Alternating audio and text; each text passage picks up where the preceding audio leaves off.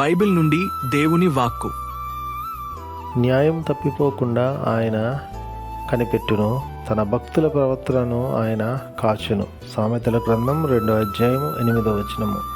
దేవుడు ఈరోజు తన యొక్క వాక్కు ద్వారా మనకి ఏమని సెలవిస్తున్నారు అని అంటే, మనం ఎప్పుడైతే ఆయన మీద భయభక్తులు కలిగి ఆయన కొరకు మనం ఈ లోకంలో జీవిస్తామో, దేవుడే తన యొక్క కాపుదల భద్రత మనకు అనుగ్రహిస్తూ మనం న్యాయంగా జీవించడానికి, న్యాయ మార్గం నుండి తప్పిపోకుండా ఆయన మనల్ని కాపాడుతానంటున్నారు. అంతేకాకుండా మన యొక్క ప్రవర్తన విషయంలో కూడా ఆయన మనం చాలా జాగ్రత్తగా ఉండే విధంగా సహాయం చేస్తానని ఆయన ఈరోజు మనకి తన యొక్క వాక్కు ద్వారా సెలవిస్తున్నారు.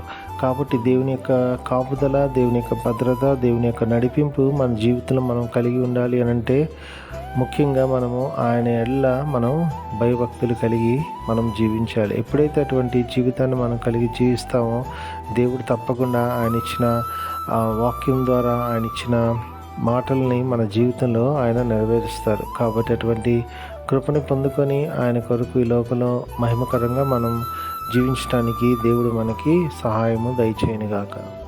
ఆమేన్.